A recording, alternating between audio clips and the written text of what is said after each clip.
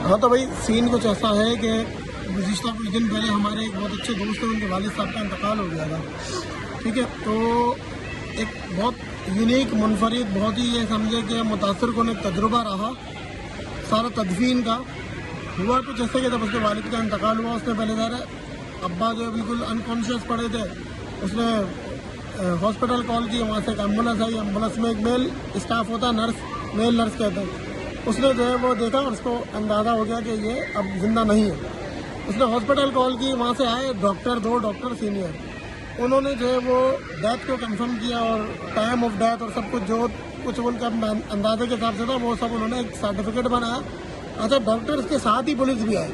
ठीक है, क्योंकि घर में डेथ हुई थी तो कोई कुछ और मसला ना हो, कोई खुदा न खास्ता, तो पुलिस साथ है। अब क्या हुआ भाई कि वो डेड बॉडी ले गए सरखाने में और हमें ये कहा कि भाई, मतलब उस दोस्त को ये कहा कि आप जो है वो थाने जाएं, वहाँ से क्लियरेंस ले लें। थाने में गए, थाने वालों ने कुछ मामूली से कुछ सवाल वगैरह किए और क्लियरेंस दे दी।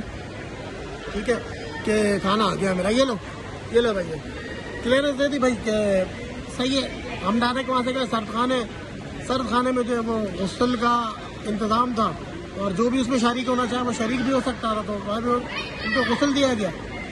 उसके बिल्कुल पीछे मस्जिद थी, मस्जिद में नमाज जनाजा हुई। नमाज जनाजा के बिल्कुल उसके पीछे कब्रिस्तान था, वहाँ पे उनको दफन कर दिया गया। अब इसमें मुतासर कौन बातें क्या थी? नंबर 1, ये जितनी भी कार्रवाई हुई, घर पे डॉक्टर, एम्बुलेंस आने से लेकर, डॉक्टर के आने से लेकर, पुलिस वगैरह सारी चीज़ें, पुलिस क्लियरेंस, सर्द खाना, तदफीन, कब्र, इन सबका 1 रुपया भी नहीं लिया गया। ठीक है जी, और इन सब का 1 रुपया भी नहीं लिया गया। सब कुछ हुकूमत की तरफ से था। और ये कोई ऐसा नहीं कि हम पाकिस्तानी हैं, हमें कोई भिखारी समझ के या कोई खैरात, ज़कात, चैरिटी, ऐसा नहीं है। यहाँ का कानून है कि यहाँ जो मर जाता है उसकी तदफीन की जिम्मेदारी हुकूमत की है। सब गवर्नमेंट की तरफ से हुआ, 1 रुपया नहीं लिया, पहली बात। दूसरी बात, वो जो मुझे सबसे अच्छी चीज़ लगी कि सर्द खाने के बिल्कुल पीछे जो है वो मस्जिद थी, उसके बिल्कुल पीछे कब्रिस्तान था। हमारे पाकिस्तान में क्या होता है, अगर हम इसको कंपेयर करें दोनों को, एक तो शुरू से ही बड़ी मुश्किल होती है, एम्बुलेंस लाना एक मुसीबत हो जाती है, फिर डॉक्टर उसको देखे, फिर अगर बात खुदा ना खास्ता पुलिस में चली जाए, फिर तो 4-5 दिन आपके वैसे ही चले गए। उसके बाद फिर जो है वो पुलिस वाले अलग पैसे लेंगे, एम्बुलेंस वाले अलग पैसे लेंगे, कब्रिस्तान में कब्र के पैसे अलग देने पड़ेंगे और जलालत पैसे भी देंगे, जलालत अलग होगी। ठीक है, और उस सब के बाद फिर जो है, जो सबसे एक अहम चीज़ है, तदफीन, गुस्ल के बाद जो है जनाजे को घर लेकर आते हैं, फिर वो एक तूफान बदतमीजी होता है और रोना धोना अजीब व गरीब।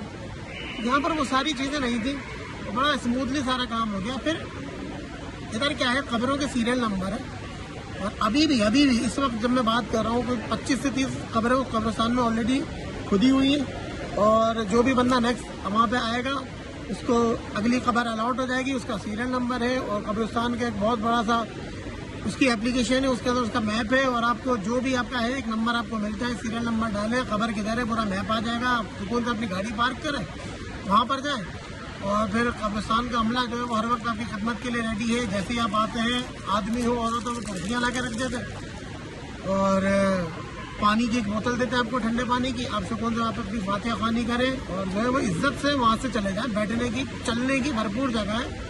अनलाइक पाकिस्तान की खबर के ऊपर कूद के उछल के जाना पड़ता है, सीक्वेंस से बिल्कुल एक कतार में जो खबर है सारी। तो ये एक तजुर्बा था, मैंने कहा चलो शेयर करता, चलो जदा करना। अब मैं खाना खाऊंगा बस। अबे भाई शुरू भी हो गई तुम यार, हद होती है। दिखाओ।